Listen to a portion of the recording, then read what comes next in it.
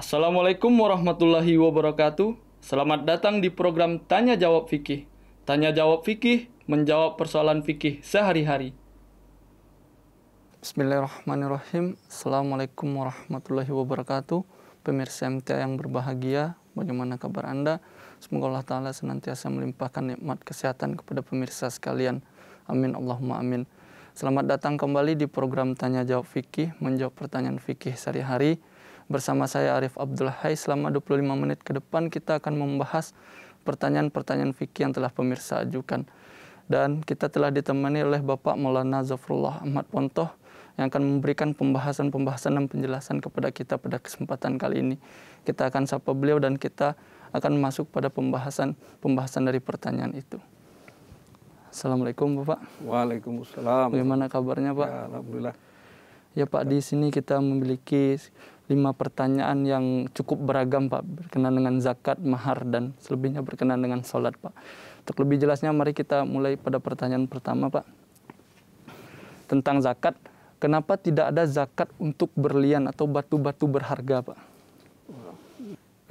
Ada sabda yang mulia Hadrat Rasulullah SAW bahwa la zakata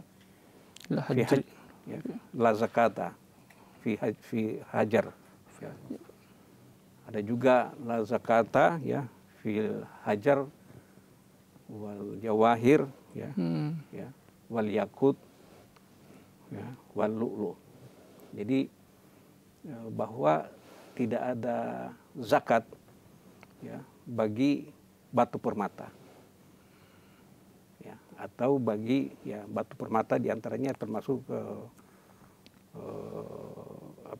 berlian ya, juga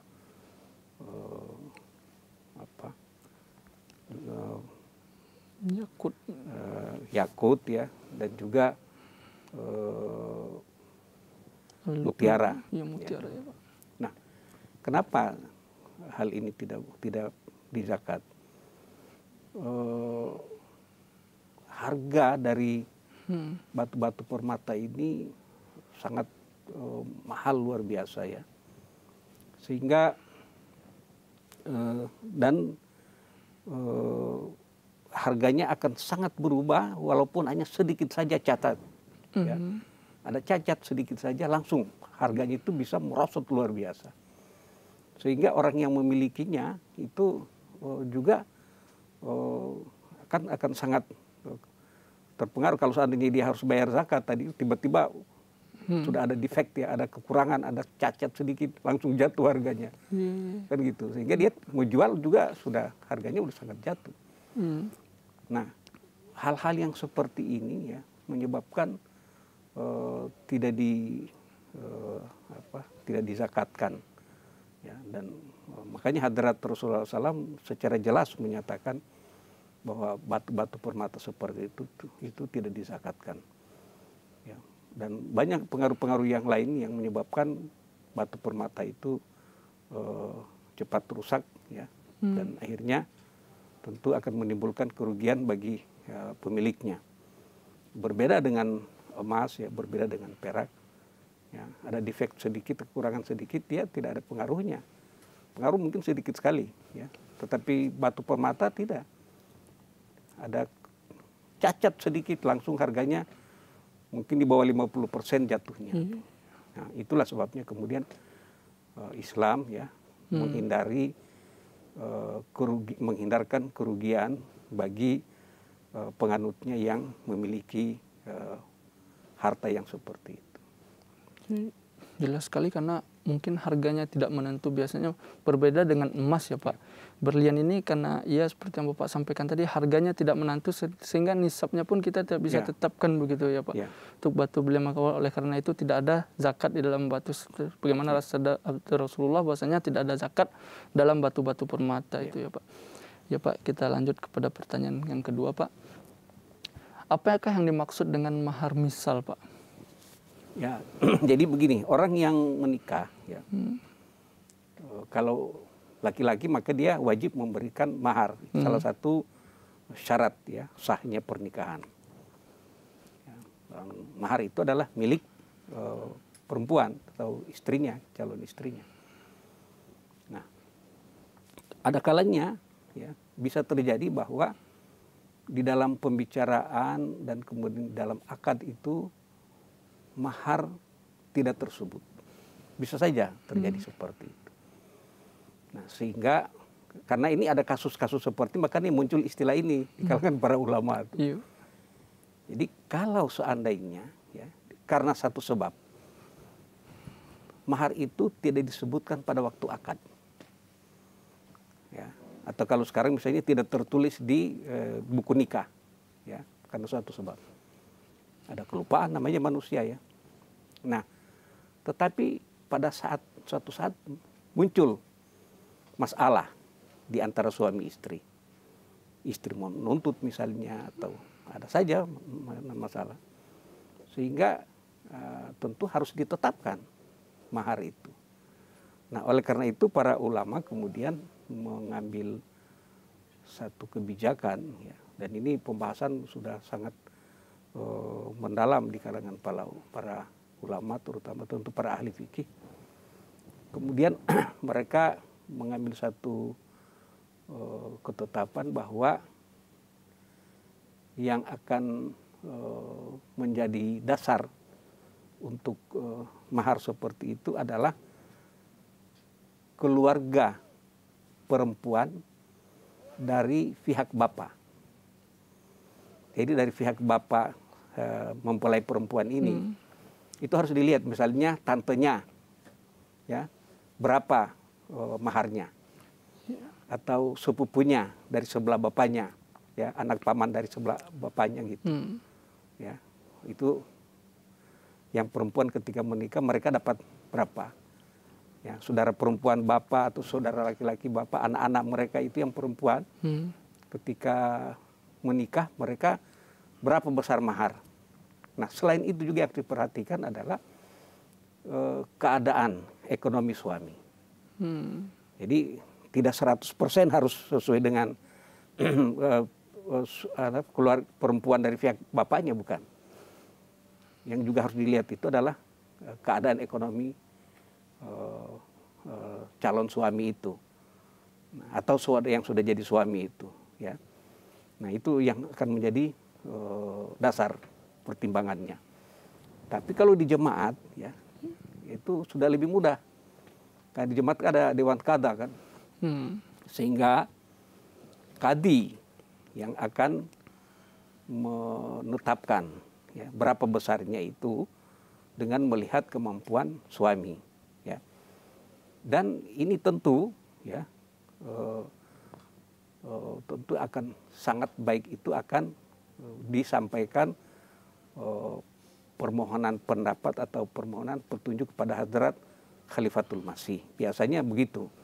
Jadi kalau ada permasalahan itu kepada beliau. Nah, petunjuk beliau itulah yang akan menjadi dasar kita, ya, untuk menetapkan mahar tersebut. Jadi itu saja. Jadi di jemaat agak lebih mudah. Tapi kalau di yang seperti tadi yang saya sudah jelaskan di awal, yaitu dari keluarga perempuan dari pihak bapaknya, itu yang ditambah dengan memperhatikan keadaan ekonomi suami. Jadi karena ada mungkin ya Pak kemungkinan terlupa atau Bisa. memang kondisi yang memaksakan pada iya, waktu itu tidak bisa ditulis. Tidak bisa ditulis. Ada saja namanya orang lupa, manusia ya. Jadi karena pernah terjadi, sempat terjadi atau berkali-kali terjadi, maka itu kemudian menjadi bahasan juga di kalangan para ulama. Dan kita pun menyediakan wadahnya, bahwasanya nanti ada dewan qadha kan, ya, di jemaat. Di jemaat sudah lebih gampang, ada dewan qadha, sehingga berbagai permasalahan termasuk masalah yang seperti ini itu diajukan aja ke dewan qadha yang akan mengambil. Dan nanti pun dikirimkan juga ke pada Hadrat Khalifatul Masih untuk memohon petunjuk. Ya, jelas sekali berkenaan dengan mahar misal ini Pak. Yang selanjutnya itu pertanyaan ketiga Pak. Kapan dan bagaimana cara melaksanakan sholat sunnah yang tertinggal ini? Biasa kita misalnya di masjid begitu Pak, kita tertinggal untuk melaksanakan sholat sunat sebelum subuh begitu Pak. Ini karena terburu-buru atau sholat sunnah sebelum zuhur begitu Pak. Bagaimana kita melaksanakannya Pak? Ya. Biasanya sholat yang ada sholat sunnah yang tertinggal itu di 3 sholat. Ya. maaf, di 2 sholat ya, yaitu sholat subuh Ya, Pak. dan sholat zuhur, ya kan? Kalau sholat atau sholat Jumat, ya. Jadi 3 itu dengan sholat, tapi sholat zuhur Jumat kan 1. Nah, jadi bisa terjadi itu, ya karena sakit, karena halangan, macam-macam lah penyebabnya itu. Nah, di zaman hadrat Rasulullah SAW pernah terjadi ya, beliau SAW itu begitu selesai mengimami sholat, beliau melihat ada seorang sahabat lagi sholat. Ya. Sehingga beliau menanyakan, loh setelah selesai itu orang sholat, beliau katakan, kan sholat fajar atau sholat subuh ini kan hanya 2 rakaat. Kenapa kamu sholat? Dia bilang, oh saya tadi karena sunnah qabliyahnya tertinggal, maka saya sholat setelah sholat fardu. Nah, hadrat Rasulullah SAW menurut riwayat tersebut beliau diam. Tidak memberikan komentar apa-apa, tidak mengatakan salah, tidak melarang, beliau diam. Itulah kemudian salah satu yang menjadi dasar ya, bahwa sholat sunat yang tertinggal itu bisa dilaksanakan setelah sholat fardu. Ya, misalnya sholat subuh, ya, makanya ada fatwa Hadrat Masih Maud alaihissalatu wassalam ya, bahwa setelah azan subuh tidak ada sholat kecuali sholat qobliyah fajar dan sholat fardu fajar. Hanya ada 4 rakaat itu.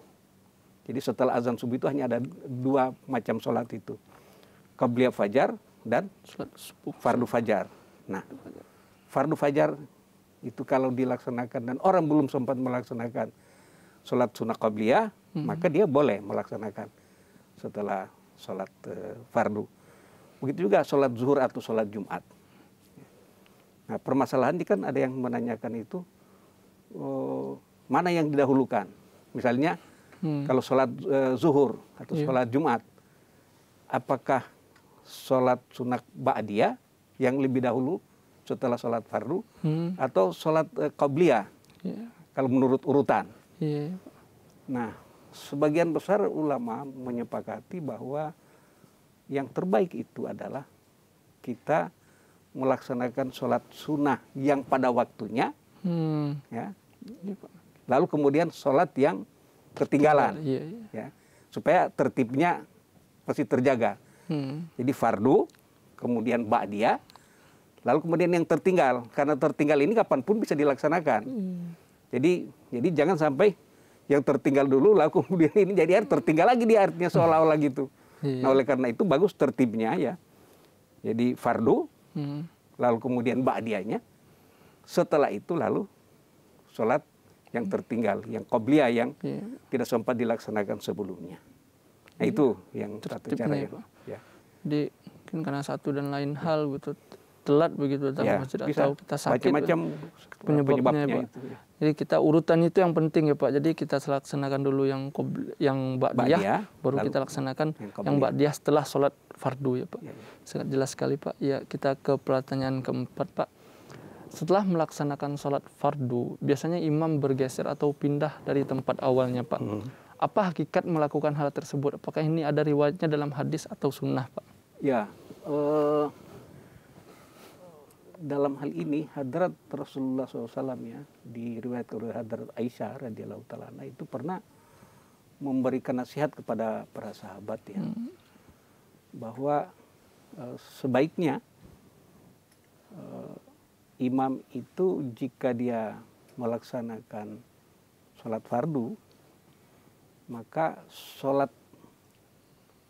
sunnah atau sholat lainnya itu dia laksanakan dengan bergeser dari tempat itu. Ya. Ada juga hadrat Abu Hurairah radhiyallahu anhu juga meriwayatkan bahwa hadrat Rasulullah menyatakan apa sulitnya bagi orang-orang yang setelah melaksanakan sholat fardu, mereka berpindah tempat, ya, ke kiri, ke kanan, ke muka atau ke belakang. Nah, jadi atas dasar inilah kemudian orang-orang Islam ya sejak dari zaman para sahabat sampai sekarang lebih menyenangi setelah sholat fardu dia akan bergeser ya dari tempat itu untuk melaksanakan sholat nafal ataupun sholat sunnah. Dan tentu juga sebagaimana juga dalam hadis disebutkan bahwa hadrat Rasulullah SAW itu pernah bersabda bahwa tempat-tempat di dunia ini itu akan menjadi saksi ya, terhadap perbuatan manusia. Nah, seorang hamba itu akan dipersaksikan oleh bumi mengenai apa yang dia lakukan. Nah, sehingga juga dengan kita berpindah ya, berpindah-pindah tempat itu juga menjadikan kita memiliki banyak saksi ya, apa yang sudah kita laksanakan. Ya, jadi banyaklah manfaatnya itu sebenarnya. Ya, tentu yang paling penting kita mengikuti sunnah atau sabda yang mulia Rasulullah Sallallahu Alaihi Wasallam. Jadi memang sebaiknya setelah fardu itu kalau macam imam ya dia bergeser aja sedikit, ya tidak usah terlalu. Tapi kalau seandainya masjid itu sempit, ya kan, Pak. Ya sehingga sudah penuh dan tidak ada tempat lagi bergeser. Nah, sebagian ulama ya memahami bahwa kalam berbicara atau ucapan itu akan menjadi suatu pembeda. Jadi ya, mereka memahami bahwa dari sabda yang mulia Rasulullah SAW itu artinya apa? Harus ada imtiaz, harus ada pembeda ya, antara tempat sholat fardu dengan sholat nafal atau sunnah. Nah, jadi imtiaznya apa? Kalau memang tempat seperti itu, maka juga bahwa tasbih, ya subhanallah, alhamdulillah dan lain-lain itu juga sudah menjadi pembeda, sehingga bukan lagi fardu yang sedang kita lakukan, tapi itu adalah sholat sunnah atau sholat nafal. Ini menarik sekali bahwasanya memang kita dianjurkan untuk berpindah sedikit atau bergeser, karena nanti sebagaimana yang disabda Rasulullah bahwasanya bumi ini akan memberikan kesaksian terhadap amal kita. Dan yang menarik saya garis bawahi di sini bahwasanya kalau masjidnya sempit ya Pak ya, masjidnya sempit dan kita cukup hanya bertasbih saja itu sudah dihitung seperti kita berpindah dalam sholat fardu kita tempatnya mungkin betul ya Pak. Sangat menarik sekali Pak. Ya, ke pertanyaan yang selanjutnya Pak. Dalam hadis Bukhari dikatakan bahwa Allah itu witir atau esa satu ya Pak. Dan apakah sholat witir yang biasa kita laksanakan setelah isya atau setelah sholat tahajud itu boleh dilaksanakan juga satu rakaat Pak? Ya, jadi gini, memang witir itu artinya satu, ya, ganjil. Kalau bahasa Indonesia juga ganjil. Nah, kalau witir bagi Allah Ta'ala itu artinya tunggal, ya, ganjil ya satu, mungkin gitu. Ya. Tapi kalau bagi apa maksudnya tunggal ya bagi Allah Ta'ala, tapi kalau bagi manusia dan lainnya, maka witir itu artinya ganjil. Ganjil itu bisa 1, 3, 5, 7 kan gitu. Nah, kalau kita melihat sunnah yang mulia Rasulullah Sallallahu Alaihi Wasallam, maka yang kita dapatkan bahwa kalau setelah sholat isya beliau itu sholat witir 3 rakaat, atau beliau nanti sholat witir setelah sholat tahajud ya 3 rakaat, yaitu beliau sholat 8 rakaat lalu kemudian tambah 3 witir kan gitu. Nah, pernah Hadrat Masih Maud alaihi salatu wassalam ditanya ya, dan ini ada di dalam buku ya Siratul Mahdi, ada disebutkan di situ. Dan juga kalau kita lihat di buku fikah Ahmadiyah ya, kita mendapatkan di situ bahwa beliau ketika ditanya apakah witir itu satu, beliau bilang gini, kalau sholat witir itu secara sendiri satu tidak bisa. Dia harus ada 2 rakaat sebelumnya yang dilaksanakan. Nah, baru kemudian bisa satu itu. Jadi beliau bilang berarti witir itu ada nafal 2 rakaat, baru kemudian tambah 1, makanya jadi 3. Jadi tidak bisa hanya sendiri witir itu. Jadi misalnya setelah sholat sunnah ya, sunnah ba'diyah misalnya, isya, lalu orang kemudian witir 1, itu nggak bisa. Karena dia hubungannya itu dengan hafal. Ya. Nah, makanya kalau dalam keadaan yang sangat terdesak memang boleh, ya. Tapi setelah sholat 2 rakaat nafal disatukan, jadi artinya segera setelah nafal itu dilakukan, karena dia ikatannya witir itu dengan nafal. Jadi dan itu witir ya. Kalau kita lihat ya, di dalam sholat fardu itu Allah Ta'ala letakkan witir, yaitu sholat maghrib. Di dalam sholat nafal dan sunnah ada witirnya, ya, yaitu ya sholat witir tadi. Jadi mengganjilkan. Dan banyak hal-hal ya yang ternyata witir di dalam ciptaan Allah Ta'ala itu. Ya, misalnya langit 7 petala, itu witir juga. Bumi 7 lapis, witir juga, ya kan? Lalu kemudian sholat 5 waktu, witir juga, kan gitu. Begitu juga tawaf keliling 7 kali, ya, tawaf 7 kali, witir juga. Sa'i 7 kali, gitu juga. Terus lempar jumrah 7 juga. Jadi artinya kalau kita lihat banyak sekali ya ciptaan-ciptaan Allah Ta'ala yang juga ada hubungannya juga dengan ibadah-ibadah itu, yang sangat disenangi itu memang 7. Bukan 7, maksudnya ganjil. Dan itu witir. Ya. Nah jadi dari sisi ini bahwa witir itu memang ganjil ya. Tetapi tidak boleh sholat hanya 1. Itu tidak boleh. Jadi setelah sholat isya itu tidak bisa kita sholat witir hanya 1.